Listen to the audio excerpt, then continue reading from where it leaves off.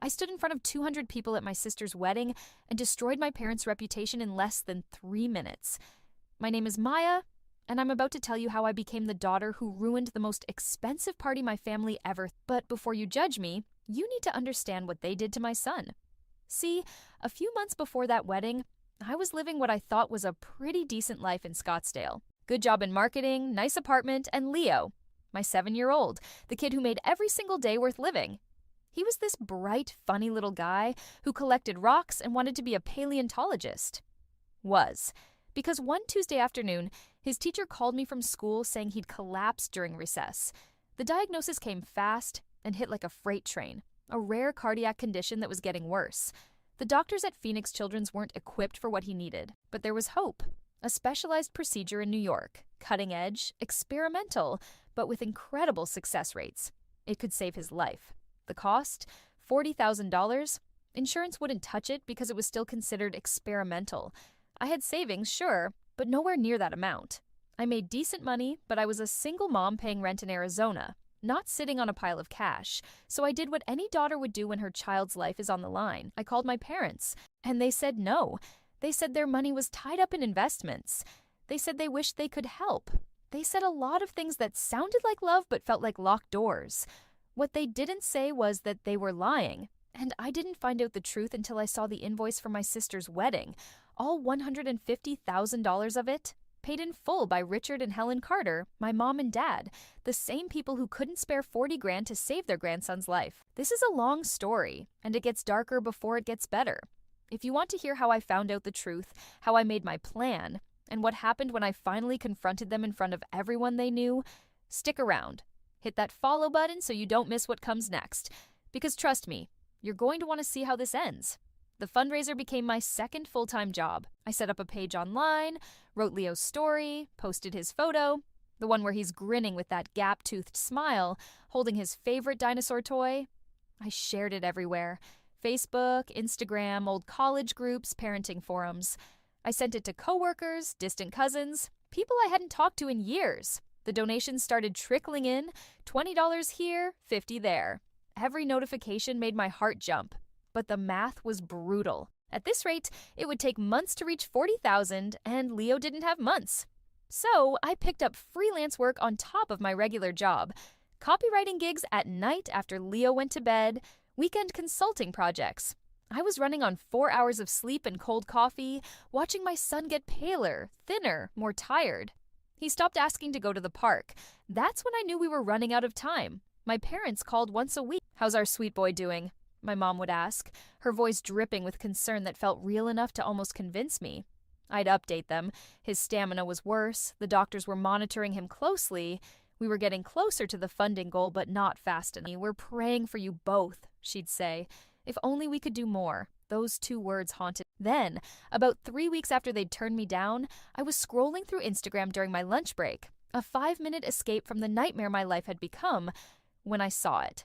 Sophie's post. My little sister, glowing in a white sundress, champagne glass raised, standing on a terrace overlooking the ocean.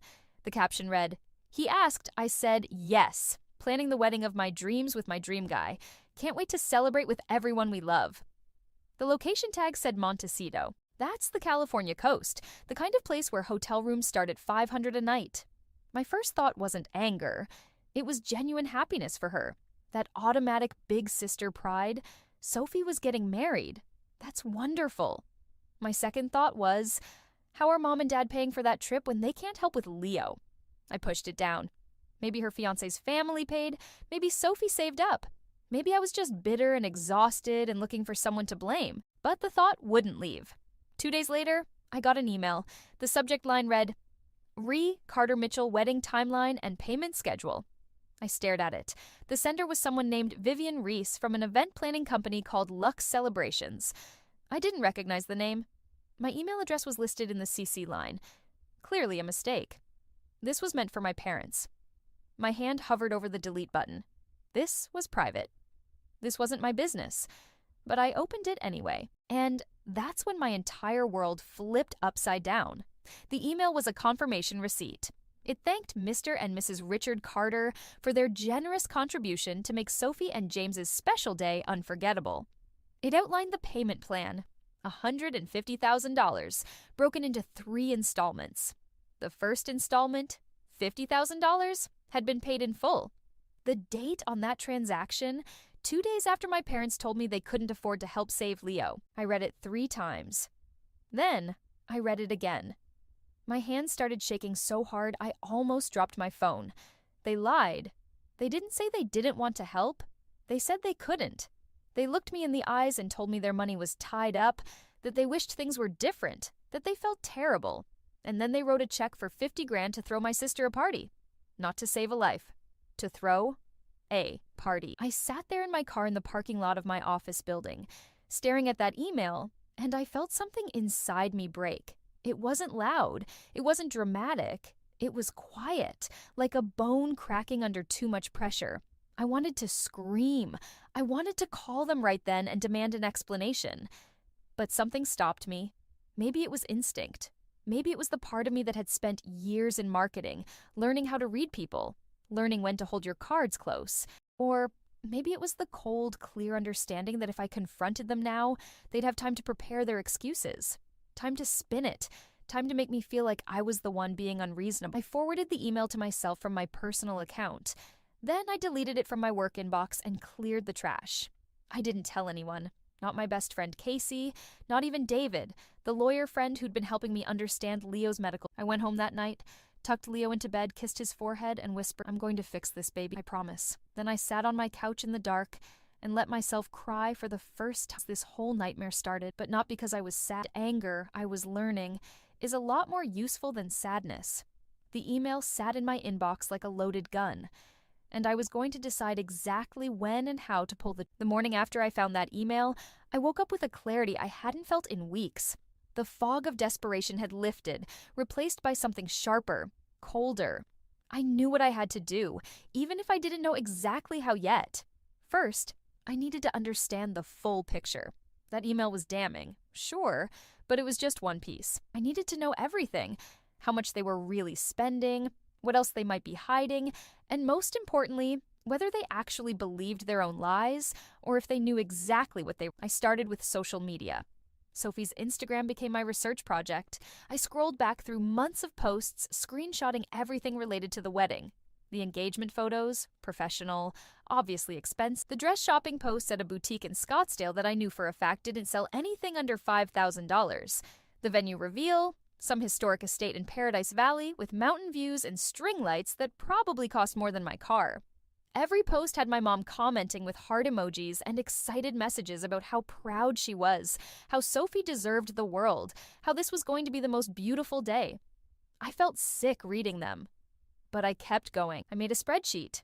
Yes, a literal spreadsheet. Maybe that sounds cold, but I needed facts, not feelings. I listed every vendor I could identify from Sophie's posts and stories. The photographer, the florist, the caterer, the band. Then I started researching average costs for each. The numbers made my stomach drop. Photography package for a high-end wedding, $8,000 to $12,000. Flowers for a 200-person event, $15,000 to $25,000. Catering at a premium venue, at least $30,000. The band Sophie posted about, I recognized them from a corporate event my company had hosted, didn't take bookings for less than $10,000. That was already over $70,000, and I hadn't even gotten to the venue rental, the dress, the cake, the decorations, the hotel blocks for out-of-town guests. $150,000 wasn't an exaggeration. If anything, it might have been conservative. My parents were spending nearly 4 times what Leo needed to live on a single party. The thought kept circling in my head like a vulture. 4 times. 4 times his life was apparently worth less than Sophie's perfect day. But I still didn't have proof beyond that one email. I needed more. So I did something I'm not particularly proud of. I called my mom and asked if I could come visit for dinner that weekend. She sounded thrilled, said she'd been worried about me, that I'd seemed distant on our last call. She'd make my favorite lasagna. We could have a girls' night, maybe watch a movie after Leo went to bed. The guilt almost stopped me. Almost.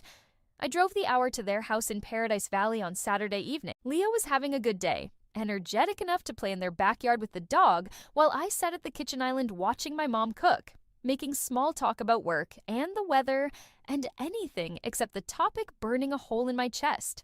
After dinner, my dad suggested Leo might want to watch a cartoon in the living room. My mom poured wine. We sat on the back patio, the three of us, like we'd done 100 times before. They asked about the fundraiser. I told them we were at $22,000, still climbing but not fast enough. My voice cracked a little when I said it. That part wasn't acting. My mom reached over and squeezed my hand, told me she admired my strength, that everything would work out the way it was meant to. I wanted to throw the wine in her face. Instead, I excused myself to use the bathroom, but I didn't go to the guest bathroom downstairs. I went upstairs to my dad's home office. The door wasn't locked. Why would it be? I was the trustworthy daughter, the responsible one. His desk was neat, organized, exactly like him. A leather folder sat in the center with a label that read, Sophie Wedding Planning. My heart pounded so hard I could hear it in my ears. I opened it. Inside were contracts. Dozens of them. Each one signed by my father, each one with a payment schedule attached. The venue, $45,000, paid in full. The catering company, $38,000. First payment made, balance due 2 weeks before the wedding. A florist contract for $18,000. The cake, $3,000 for something covered in sugar flowers and gold leaf.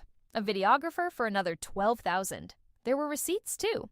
My mom had apparently gone on a shopping spree for her mother of the bride outfits. 3 different dresses totaling nearly $4,000. And then I saw something that made my blood run cold. A handwritten note on my father's letterhead clipped to the venue contract. It was dated the same day I'd called them begging for help with Leo. The note was a reminder to himself, transfer $50K to Lux Celebrations tomorrow a.m. Sophie's deposit cannot be late. Tomorrow a.m., the morning after they told me they couldn't help their grandson. They hadn't just chosen Sophie's wedding over Leo's life in some abstract way.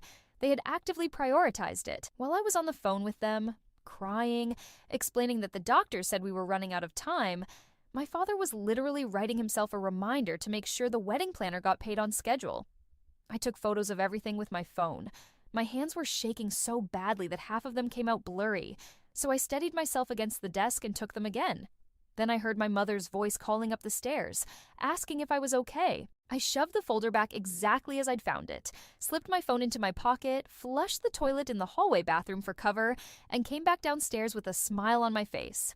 The rest of the evening was torture. I hugged them goodbye. I thanked them for dinner. I even let my mom tell Leo how much she loved him and couldn't wait to see him again soon. I drove home in complete silence. Leo fell asleep in the back seat. When I got home and carried him inside, I tucked him into bed and then sat on the floor of my bedroom with my phone in my hands, scrolling through the photos I'd taken. That's when I saw the last page I'd photographed, the final receipt in the folder. It was for custom invitations, engraved, hand-delivered by courier to 200 guests. Cost, $4,000? $4,000 for pieces of paper to tell people about a party. While I was begging strangers on the internet for $20 donations to save my son's life, my parents spent $4,000 on invitations.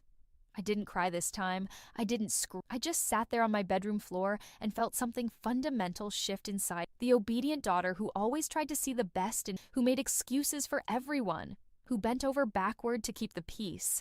She didn't exist anymore.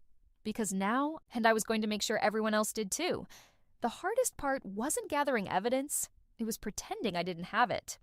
For the next 3 weeks, I played the role of the grateful, struggling daughter. I answered my mom's calls. I sent Sophie congratulatory texts when she posted updates about her dress fittings and bridesmaids' luncheons. I even RSVP'd yes to the wedding, said I wouldn't miss it for the world. Every word tasted like acid. But I needed time to figure out exactly how I was going to use what I knew. Time to make sure I had every piece locked down. And time to keep them comfortable, unsuspecting, so they wouldn't see me coming. The fundraiser for Leo had reached $31,000. We were getting closer, but not close enough. Every day that passed felt like borrowed time. His cardiologist in Phoenix had called twice to check in, her voice careful when she asked about our timeline. She didn't say it directly, but I could hear it. We couldn't wait much longer. I was working on a proposal at my office one afternoon when my phone rang. Sophie's name flashed on the screen. I almost didn't answer. But that would have been out of character, and I couldn't afford to slip now. Her voice was bright, bubbling with excitement. She wanted to know if I'd be willing to give a speech at the reception. Something short, just a few words from her big sister. She said it would mean the world to her, that I'd always been her role model, the person she looked up to most. I sat there at my desk, staring at the wall, feeling a wave of something I can't quite name. Rage mixed with heartbreak, because part of me remembered when those words would have been when Sophie and I actually were close, when she wasn't complicit in this nightmare.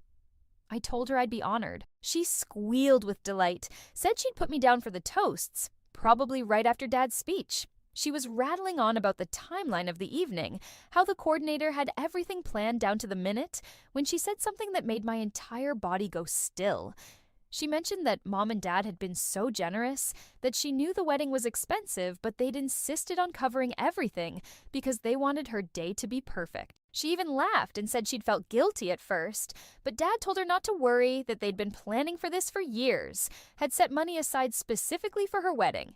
Set money aside specifically for her wedding, not for emergencies, not for family crises, not for their grandson's life. For her party. I must have been quiet too long because Sophie asked if I was still there. I told her I was just emotional, that I was so happy for her. My voice didn't even crack. I was getting good at this. She believed me completely. Before she hung up, she said one more thing, that she hoped Leah would be feeling well enough to come, that she'd told the caterer to make sure there were kid-friendly options, and that she'd arranged for a children's area with games and activities. She'd thought of everything. Except the irony that there might not be a Leo to bring to her wedding if things didn't change soon. After we hung up, I sat at my desk for a long time, staring at nothing. Then I opened my laptop and started drafting an email to David, my lawyer friend. I needed his advice, not as a friend, but as a professional, because what I was planning to do, what I needed to do, had to be airtight. We met for coffee 2 days later at a place near his office in downtown Scottsdale. I brought my phone with all the photos I'd taken from my dad's office. I showed him the email from the wedding. I walked him through the entire timeline. David listened without interrupting, his expression getting darker with each detail. When I finished, he sat back in his chair and let out a long breath. He asked me what I wanted to do. I told him the truth. I wanted them exposed. Not just to me privately. I wanted everyone who thought my parents were good, generous people to know exactly what they'd done. I wanted Sophie, every single guest at that wedding, to understand what had been prioritized. He was quiet for. He told me that what I was describing wasn't illegal. Morally bankrupt, yes, but not illegal. My parents had no legal obligation to help me with Leo's medical bills. They could spend their money however they wanted. I already knew that. I wasn't looking to sue them. I was looking to destroy their reputation. David's expression. He asked if I was. Once I did this, there was no going. My relationship with my parents, with Sophie, was already. They'd ended it the moment they chose champagne and flower arrangements over their grandson's heartbeat. I was just making sure everyone else knew it too. He nodded slowly. Then he asked when. I was thinking about the wedding day itself, during the reception. Public. Undeniable. Witnessed by everyone who mattered to them. David leaned forward and looked me straight in the eye. He told me that if I was going to do this, I needed to be smart about it. Calculated. I couldn't just go in angry and ranting. I needed to be calm, factual, impossible to dismiss as an emotional breakdown. He told me to think of it like a presentation, like I was pitching a campaign at work. Clear narrative, solid evidence, undeniable conclusion. And then he said something I'll never forget. He told me that if I was going to burn it all down, I should at least make sure the fire was hot enough that nothing could survive it. I left that coffee shop with a plan forming in my mind. A real plan. Not revenge. That word felt too small, too petty. This was justice, exposure, the truth, delivered at the exact moment when it would hurt the most and stick the longest. That night, I started drafting my speech. Not the one Sophie thought I was going to give. The real one. I wrote and rewrote it a dozen times. Too emotional? Cut it back. Too vague? Add specifics. Too long? Tighten it.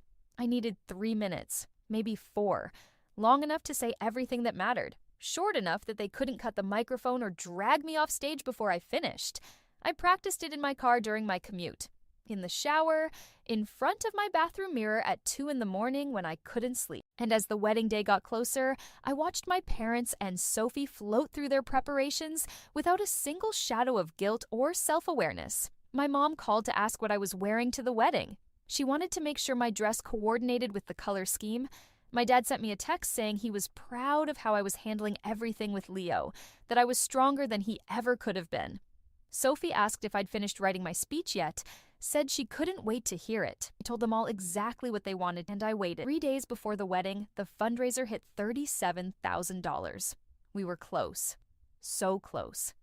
But not there yet. I stared at that number on my laptop screen and felt a cold, crystalline certainty settle over. In 3 days, I was going to stand in front of two, tell them and after that, nothing would ever be needed to understand. Not because it would change what I was about to do.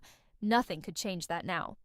But because when I stood up at that wedding and told my story, I needed to answer the question everyone would be asking. How could parents do this? The numbers were damning. The timeline was clear, but there was something missing. Some piece of the puzzle I hadn't found yet.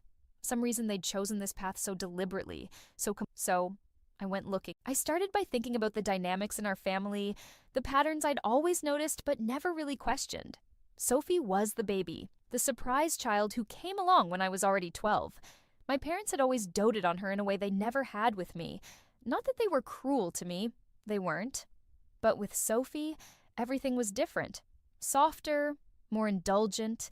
I'd always chalked it up to age. They were older when they had her, more established, more relaxed, and I'd been independent from the start, the kid who didn't need much attention, who figured things out on her own. But now I was wondering if there was more to it. I called my Aunt Linda, my mom's sister, the one person in the family who'd never been afraid to say what she really thought.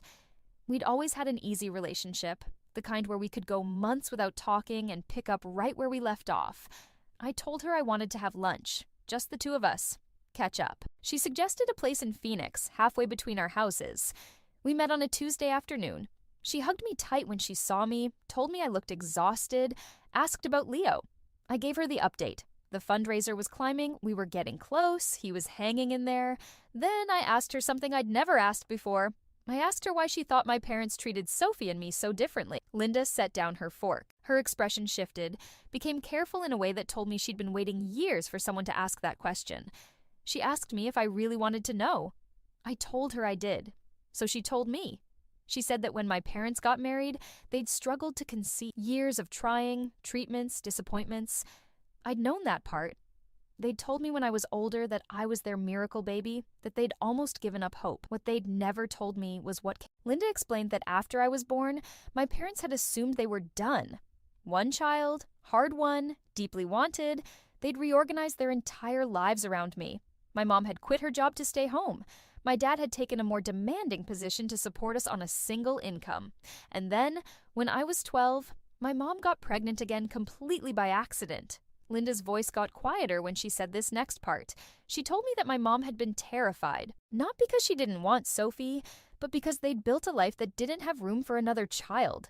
They'd been planning to travel once I went to college, to reclaim some of the freedom they'd given up. My dad had been looking at early retirement.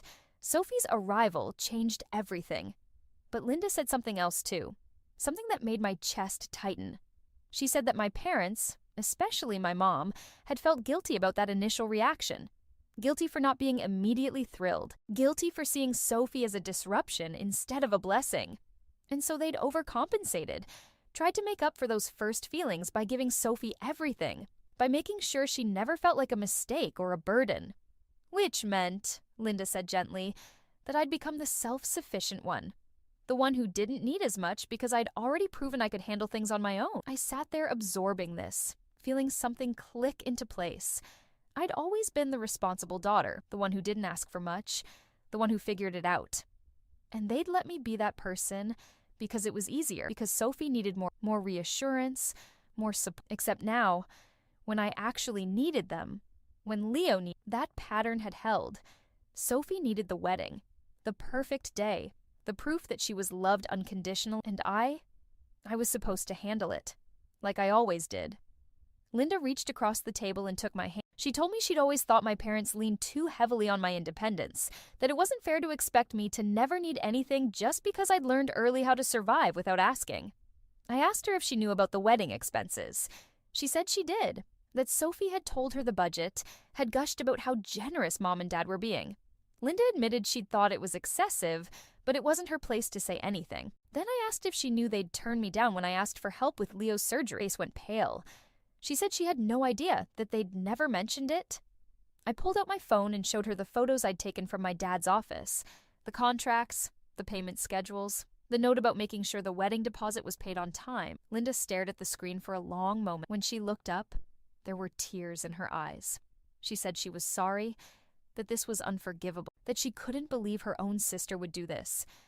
But then she said something that crystallized. She said my mother had spent her whole life trying to be the perfect mom to Sophie because she was terrified of being less. That Sophie's wedding wasn't just about Sophie, it was about my mother proving to herself, to everyone, that she'd done it right this time, that she was a good mother, even if it meant failing me and Leo in the process. That was the missing piece. This wasn't about Sophie at all. This was about my mother's guilt, her need for validation, her desperate desire to be seen as selfless and generous and devoted. Sophie was just the vehicle for that image, and I was the sacrifice. I left lunch with Linda feeling like I'd finally seen the whole picture, the full, ugly truth of what had driven my parents' decision. They didn't hate me or Leo. That might have been easier to understand. They just cared more about how they looked than about whether we lived or died. The wedding was in 2 days. I went home and finished my speech. This time, I didn't revise it again. It was perfect. I needed help, and I knew exactly who to ask. David had already been in my corner, offering legal advice and moral support. But what I was planning required more than just his wisdom. It required technical execution. I needed someone who could help me make sure that when I dropped this bomb, it landed exactly where I wanted it to. The day after my lunch with Linda, I called David and asked if he could meet me that evening. Not at a coffee shop this time, somewhere private. He suggested his apartment. I arrived after Leo was asleep, having left him with Casey, my best friend who'd been watching him more and more lately. She'd asked if everything was okay, if I needed to talk. I'd told her soon, after the weekend. She'd looked worried but didn't push. David opened the door with a beer already in his hand and another waiting for me on the counter. He could read the tension in my face. He asked if I was having second thoughts. I told him the opposite. I was more certain than ever, but I needed his help with the logistics. We sat at his kitchen table, and I walked him through my plan step by step. I'd written a 3-minute speech that laid out everything: the timeline, the costs, the contrast between what they'd denied me and what they'd given Sophie. It was clear, factual, devastating. But I wanted more than just words. I wanted visual proof. I told David I needed the email from the wedding planner and the photos I'd taken from my dad's office displayed on a screen during my speech. Something undeniable. Something people could see with their own eyes, so they couldn't write me off as a bitter daughter having a breakdown. David leaned back and thought for a moment. Then he asked about the venue. Did I know what kind of AV setup they had for the reception? I pulled up Sophie's Instagram. She'd posted about the venue tour months ago. I scrolled through until I found the shot of the reception hall, a gorgeous space with exposed beams, chandeliers, and at the far end, a large projection screen for speeches and videos. David smiled. He told me that was perfect. Wedding receptions always had someone running the AV, usually playing slideshows during dinner, queuing up music, managing the microphones for toasts. He asked if I knew who Sophie had hired. I didn't, but I knew how to find out. I texted Sophie that night with a casual question, asked if she was doing a slideshow during the reception, said I had some old photos of us as kids that might be fun to include if she wanted them. She wrote back within minutes, said yes, they were doing a slideshow during dinner, and the AV company was called Soundwave Productions. She even sent me the coordinator's email address so I could send the photos directly. I forwarded the information to David. He told me he had an idea. He knew someone who worked in event production, someone who owed him a favor. He said he could reach out, feel out the situation, see if there was a way to get my presentation loaded onto their system. I asked if that was legal. David gave me a look. He said nothing I was planning to show was false or defamatory. It was my own documentation of facts. I wasn't hacking anything or stealing proprietary information. I was just ensuring that my speech had the visual aids it deserved. He told me to send him the files, the email, the photos, everything I wanted displayed. He'd format them into a clean presentation and handle the rest. I hesitated for just a moment. This felt like crossing a line, moving from confrontation into something more calculated. But then I thought about Leo, about the fundraiser still sitting at $38,000, about my parents sleeping peacefully in their Paradise Valley house while my son's heart struggled with every. I sent David the files. 2 days. That's all I had left. The next morning, David texted me. His contact at the production company had agreed to help. She'd be working the event as the AV technician. She'd load my presentation onto the system and have it ready to go. All I had to do was give her a signal. She suggested I could mention something specific in my opening line, a phrase that would let her know to cue it up. We agreed on the phrase, "I want to tell you all a story about family." Simple, natural, something I could say without it sounding suspicious. David reminded me one more time that once I did this, there was no undoing it. My family would never forgive me. I'd be the villain in their story forever. I told him I didn't care about being the villain in their story. I cared about being the hero in Leo's. The fundraiser hit $40,000 that afternoon. I stared at the notification on my phone, eyes filling with tears for the first time in weeks. 40,000. We'd done it. Strangers, friends, distant relatives, co-workers, people who didn't owe me anything had come together to save my son's life. Not my parents, not the people who should have cared the most. Random people on the internet. I scheduled the surgery immediately. The hospital in New York had an opening in 3 weeks. Leo would need to stay with Casey during the wedding. He wasn't up for a long day of festivities anyway, and honestly, I didn't want him there for what was about to happen. I called my parents that night to tell them the good news about reaching the fundraising goal. My mom cried with relief, told me she'd been praying every night, that she was so grateful to everyone who'd helped. The irony was so thick I almost choked on it. I thanked her for her prayers. Then my dad got on the line and said something I'll never forget. He told me he was proud of how I'd handled this situation, that I'd shown incredible strength and resourcefulness, that I'd proven I didn't need anyone else to solve my problems. I didn't need anyone else, because I'd never been given the option. I told him I'd see them at the wedding. The day before Sophie's wedding, I picked up my dress from the dry cleaner. A simple navy blue dress, elegant, appropriate, forgettable. I didn't want to stand out visually. I wanted all the attention on my words, not my appearance. I practiced the speech one last time in my car, sitting in the parking lot of a grocery store, timing it on my phone. 3 minutes and 40 seconds. Perfect. David texted me that everything was set. His contact would be at the venue early for setup. She knew what to do. Casey called to check in, asked if I was sure I didn't want her to come to the wedding for moral support. I told her I needed to do this alone, but I asked her to keep her phone on just in case. In case of what? She wanted to know. In case I needed someone to remind me why I was doing this. She promised. Then she asked me something that caught me off guard. She asked if I was scared. I thought about it for a long moment. No, I wasn't scared. I was ready.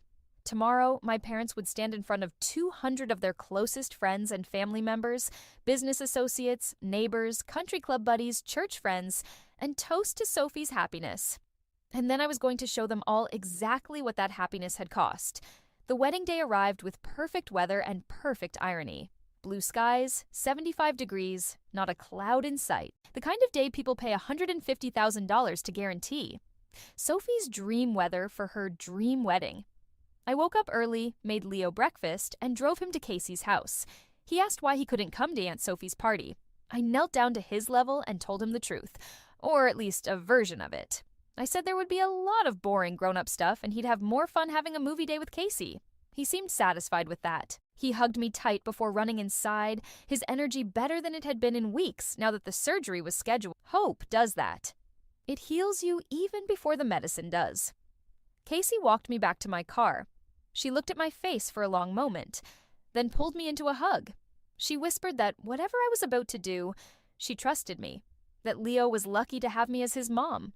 I drove to the venue alone, my speech notes in my purse even though I had every word memorized. The estate in Paradise Valley was stunning, sprawling grounds, mountain views, an elegant old house converted into an event space, valet parking, a string quartet playing as guests arrived, white roses everywhere, $4,000 worth of invitations, had summoned 200 people to witness this display. I checked in at the guest table, got my table assignment, table 8 near the back. Of course, not family seating. I noticed Sophie had put me with some of my parents' business acquaintances and their spouses, people I barely knew. She probably thought she was being thoughtful, giving me a quiet table where I wouldn't feel pressured to perform. She had no idea. The ceremony was outdoors in a garden area. I sat in the back row and watched Sophie walk down the aisle on my father's arm. She looked beautiful. Objectively, undeniably beautiful. The dress probably cost $10,000. Her face was radiant. My father looked proud, distinguished in his tuxedo, his arms steady as he guided his baby girl toward her future. I felt nothing watching them.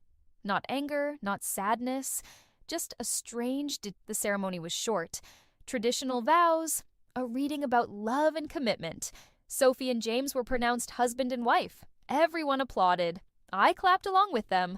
Then we moved inside for the reception, the main event, the real reason for the six-figure price tag. The reception hall was everything Sophie had dreamed of. Round tables with custom linens, centerpieces that probably cost $500 each, a live band setting up on a stage. And yes, there at the far end of the room, the large projection screen currently displaying a slideshow of Sophie and James's relationship. Engagement photos, childhood pictures, romantic shots from their travels. I spotted the AV technician near the equipment table. She was exactly as David had described, mid-30s, professional, wearing all black with a headset. She glanced my way once, just for a second, and gave the tiniest nod. She was ready. Cocktail hour passed. Dinner was served, some elaborate multi-course meal that I barely tasted. My table mates made polite conversation about the beautiful venue and how happy Sophie looked. I smiled and agreed and said all the right things. I was good at playing the part now. After dinner, the MC, some friend of James's family, announced that we'd be moving into the toast portion of the evening. He explained the order. First the best man, then the maid of honor, then the father of the bride, and finally a special word from the bride's sister. My heart started pounding, but my hands were steady. The best man went first. A funny story about James in college, some jokes about married life. People laughed. It was charming. The maid of honor went next. Emotional, talking about how Sophie had been her best friend since third grade, how she'd never seen her happier. Tears, hugs, applause. Then my father stood up. The room quieted. He commanded attention without even trying. That's the kind of man he was. Confident, articulate, the guy everyone respected. He started talking about watching Sophie grow up, about being blessed with 2 daughters, about how proud he was of the woman she'd become. He talked about providing for his family, about working hard so his children could have opportunities he never had. He talked about sacrifice, about what parents do for their kids.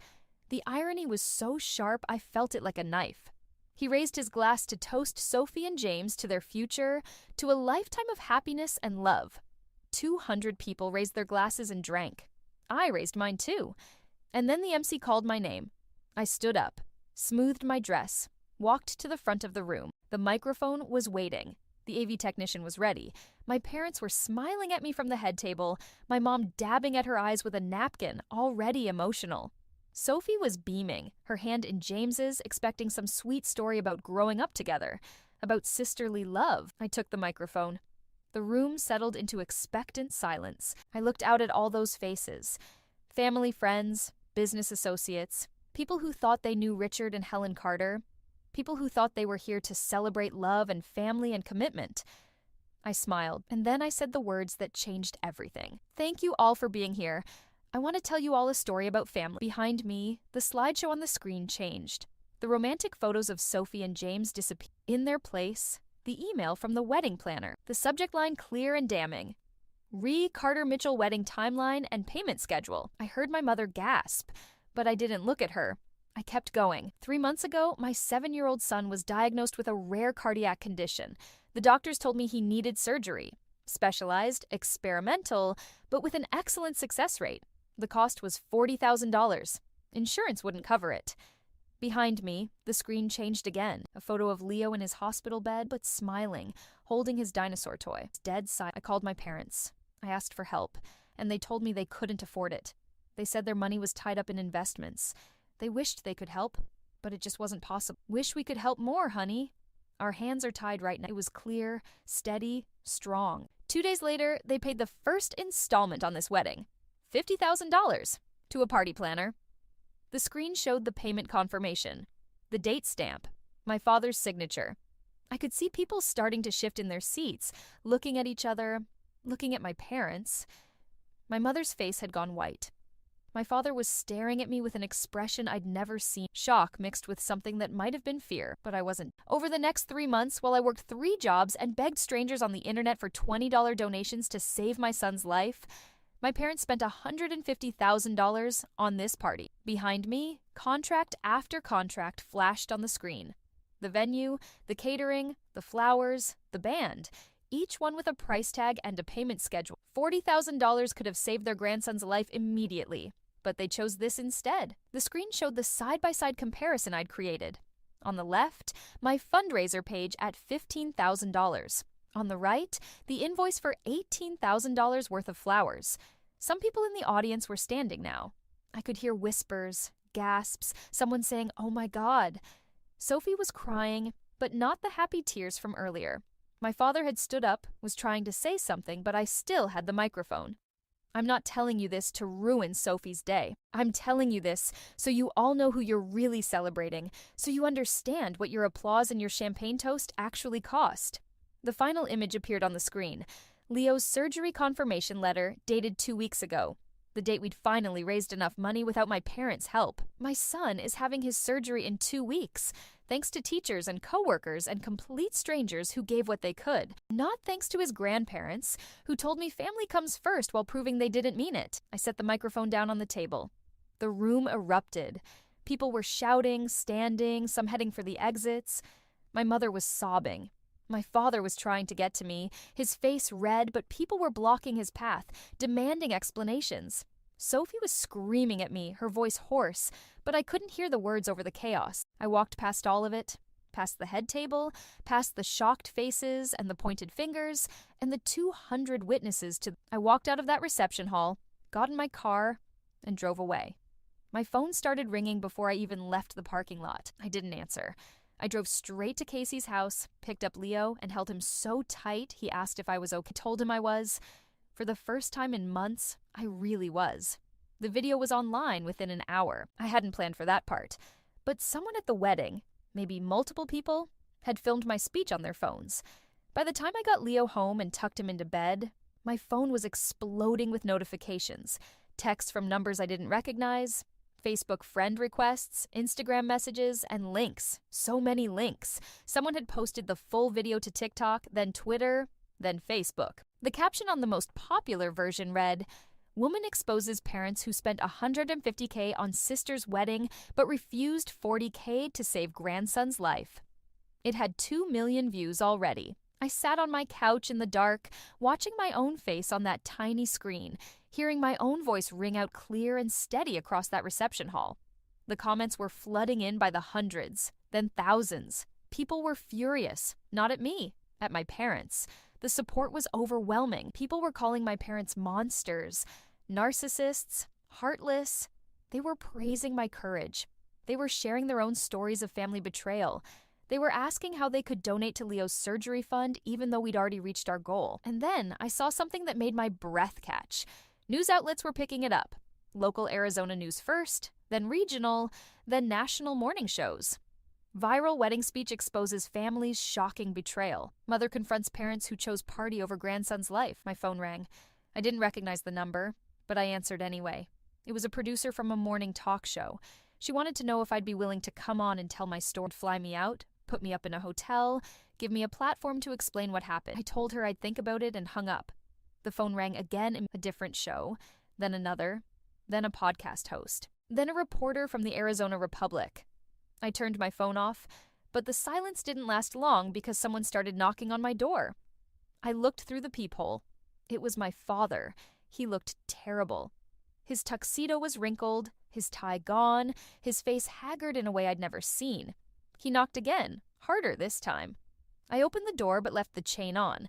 His voice was hoarse when he spoke.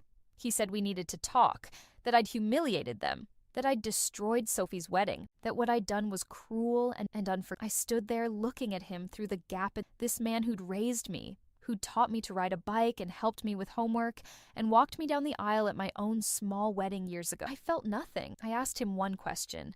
I asked him if he regretted choosing Leo's life. He stared, his mouth, he looked like he wanted to say something, to justify, but he couldn't. Because there was no explanation that would make it okay, no justification that would undo what he'd done. Finally, he said something I'll never forget. He said that it wasn't that simple, that I didn't understand their financial situation, that the money for the wedding had been earmarked years ago, that it wasn't liquid, that I was making it sound worse than it was. I asked him if $40,000 would have been impossible to access if it had been Sophie who needed surgery instead of Leo. He didn't answer. I told him I was done, that he'd made his choice months ago, and I'd simply made sure everyone else knew about it, that if he felt humiliated, he should consider how I felt begging strangers for help while he signed checks for ice sculptures and champagne fountains. Then I closed the door. He stood outside for another 5 minutes, knocking occasionally, calling my name. Eventually, he left. I didn't cry. I didn't shake. I just sat back down on my couch and turned my phone back on. The notifications had multiplied, but now there was something else. My fundraiser page, the one I'd set up for Leo's surgery, had a new message from the platform.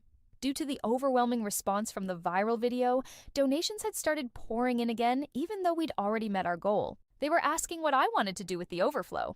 I stared at the number. $73,000. In just a few hours since the video went viral, people were still giving. Even though Leo's surgery was funded, even though I'd said we'd reached our goal, they were giving because they were angry on my behalf, because they wanted to help, because the story had touched something in them. I sat there thinking about all the other families out there right now, desperately trying to fund medical treatments for their kids. All the other parents working 3 jobs and begging for help from people who should have cared, but didn't. I updated the fundraiser description. I explained that Leo's surgery was fully funded and scheduled. I thanked everyone for their incredible generosity. And then I said that any additional donations would go to other families in similar situations, children who needed medical care their families couldn't afford.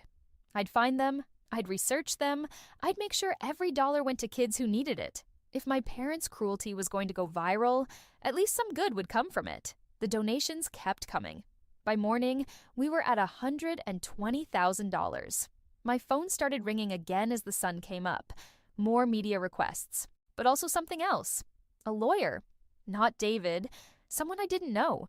She introduced herself as Patricia Chen from a family law firm in Phoenix. She said she'd seen the video and wanted to offer her services pro bono if I needed help with anything related to my parents. I asked her what she meant. She said that while my parents weren't legally obligated to help with medical bills, there might be other avenues worth exploring. Had they ever promised financial support in writing? Were they named in any capacity related to Leo's care? Had there been any prior agreements about family support? I told her no, nothing like that existed. She said that was fine, but she wanted me to know that I had options if they tried to retaliate. If they attempted to claim defamation, for instance, or if they tried to interfere with my relationship with Leo. I asked why she was offering this. Her voice got quieter. She said her daughter had been sick when she was younger. Leukemia, and her own parents had helped without question, had emptied their retirement account to pay for experimental treatments.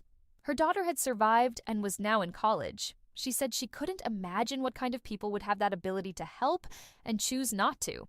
I thanked her and took her number. After I hung up, I checked the news sites again. The story had exploded overnight. It was trending on Twitter. Think pieces were being written about family obligations and moral responsibility. People were debating whether I was right to expose my parents publicly or if I should have handled it privately. But mostly, people were on my side. Someone had tracked down the wedding venue and left negative reviews calling my parents heartless. The country club where my parents were members had gotten so many angry calls that they'd released a statement saying they don't comment on members' personal lives. My parents' small investment firm, my father's company, had negative reviews flooding their Google page and social media. The consequences I'd wanted were happening, not because I'd sued them or reported them or done anything illegal, simply because I'd told the truth. And the truth, it turned out, was enough. My phone buzzed with a text from David. He asked if I was okay, if I needed anything. I texted back that I was fine, better than fine. He sent back a single sentence. You did what you had to do, and Leo's going to be okay because of it. That's when I finally cried. Not because I was sad or regretful or guilt, because he was right. Leo was going to be okay. That was the only thing that mattered. Everything else, the viral video, the ruined wedding, my parents' destroyed reputation, the family ties severed forever, was just the price they'd paid for making me fight for my son's life alone. I'd promised Leo I would fix it, and I had. Leo's surgery was 3 weeks later in New York, and it was a complete success. I sat in that waiting room for 6 hours, Casey by my side, holding my hand through every minute. When the surgeon finally came out and told me Leo had pulled through, that his heart was strong, that the prognosis was excellent, I broke down in a way I hadn't allowed myself to throughout this entire nightmare. Casey held me while I sobbed with exhaustion, with the release of months of fear I'd been carrying in my chest like a weight. Leo recovered faster than anyone expected. Within a week, he had more energy than I'd seen in him in months. The color came back to his cheeks. He wanted to run, to play, to be a normal 7-year-old kid again. The doctor said he'd need follow-up appointments, but they were optimistic. They used words like remarkable and thriving. We stayed in New York for 2 weeks while he healed. I'd taken a leave of absence from work. My company had been incredibly understanding given everything that had happened. The viral video had reached my boss, and she'd called me personally to say I could take all the time. During those 2 weeks in New York, I had a lot of time to think about what came next, about what kind of life I wanted to build for Leo and myself, about whether I could ever go back to Phoenix, back to the city where my parents, where I'd have to constantly wonder if I'd run into them at the grocery store or see Sophie's Instagram posts about her married life. I decided I couldn't. Not because I was running away, but because I needed a fresh start. A place where Leo and I could build something new, somewhere we weren't defined by what had happened. I'd been saving money for years, and now, with the overflow from the fundraiser, which had reached nearly $200,000, I had resources I'd never imagined. I started looking at apartments in New York. The city felt alive in a way Phoenix never had. There were opportunities here, different energy, a chance to be anonymous if I wanted to be, or to build a new community if I chose. I found a place in Queens. 2 bedrooms, good schools nearby, affordable enough that I could take my time finding the right job. Leo loved it immediately, especially the fact that we could take the subway to museums and parks. We moved 6 weeks after his surgery. I hired a moving company to pack up our Phoenix apartment.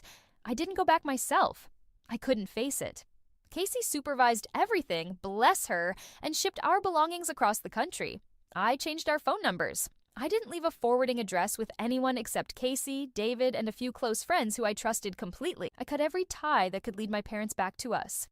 Because here's what I'd realized during those weeks in the hospital.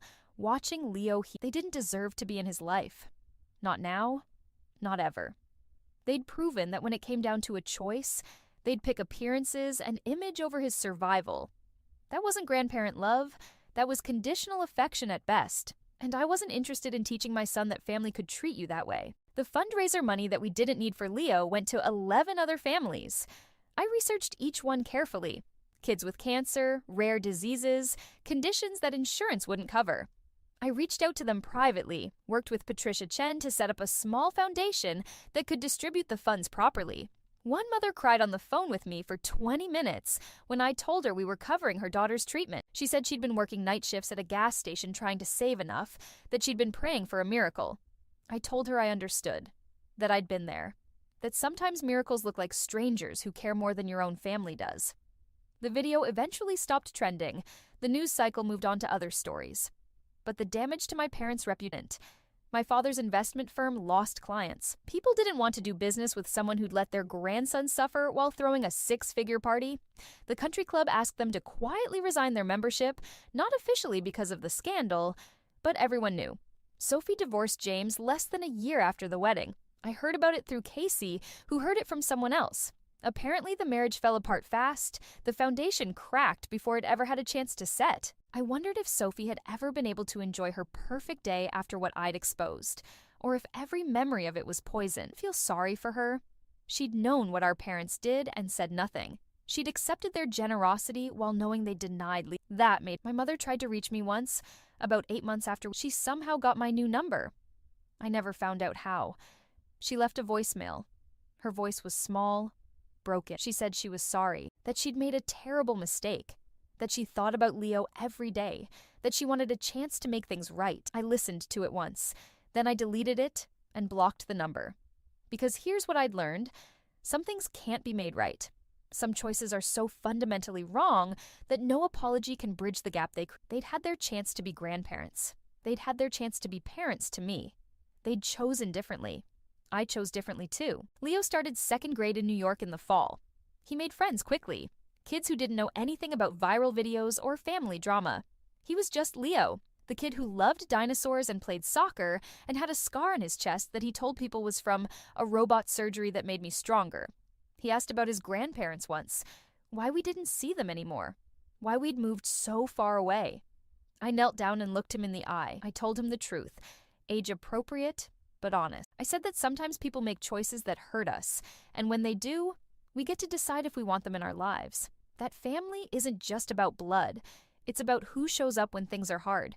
He thought about that then he asked if Casey was family. I smiled and said yes, that Casey was absolutely family. He said, okay, that made sense. Then he went back to building his Lego dinosaur. Children are resilient in ways that constantly amaze me. I found work at a marketing agency in Manhattan. It was good, the people were kind, and nobody had any idea who I was or what had happened. I liked the anonymity. I liked starting over. Casey visited us twice that first year. David came once, brought his new girlfriend, took us all to dinner in Brooklyn. These were the people who mattered, the ones who'd stood by us when it counted. Sometimes late at night, after Leo was asleep, I'd think about my parents, wonder if they thought about us, wonder if they regretted it. But mostly I thought about the future, about Leo growing up healthy and strong, about the life we were building together, about the 11 families whose children were alive because strangers on the internet had been more generous than my own parents, about how sometimes the worst thing that happens cracks you open in a way that lets the light in.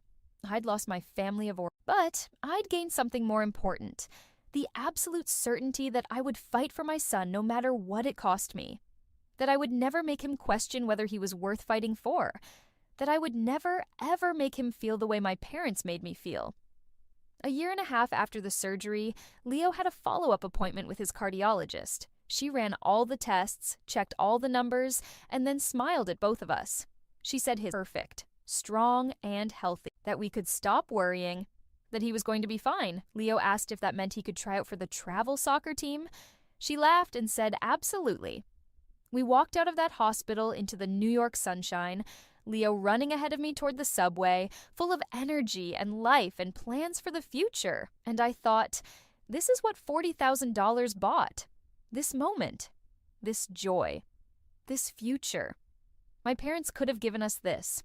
They chose flower arrangements instead. I didn't hate them for it anymore. Hate takes energy I didn't want to spend on them. I just felt grateful that their rejection had forced me to be strong enough to save my son myself, that their cruelty had revealed who really mattered, that their choices had, in the strangest way. I pulled out my phone and opened the fundraiser page one last. The foundation we'd created had now helped 23 families, 23 children who were alive and thriving because people had been angry on my behalf, because my pain had somehow translated into action and hope for others. My parents wanted a legacy built on appearances and perfect moments. I'd built one on survival and truth. I knew which one I'd choose again, every single time. If you're watching this from somewhere, I'd love to know. Drop a comment and tell me what city. And if this story meant something to you, if it reminded you that sometimes choosing yourself and your children over toxic family is not only okay but necessary, hit that subscribe button. There are more stories like this, more truths that need telling, because the most powerful thing we can do is refuse to keep secrets that protect us. Thank you for listening to mine.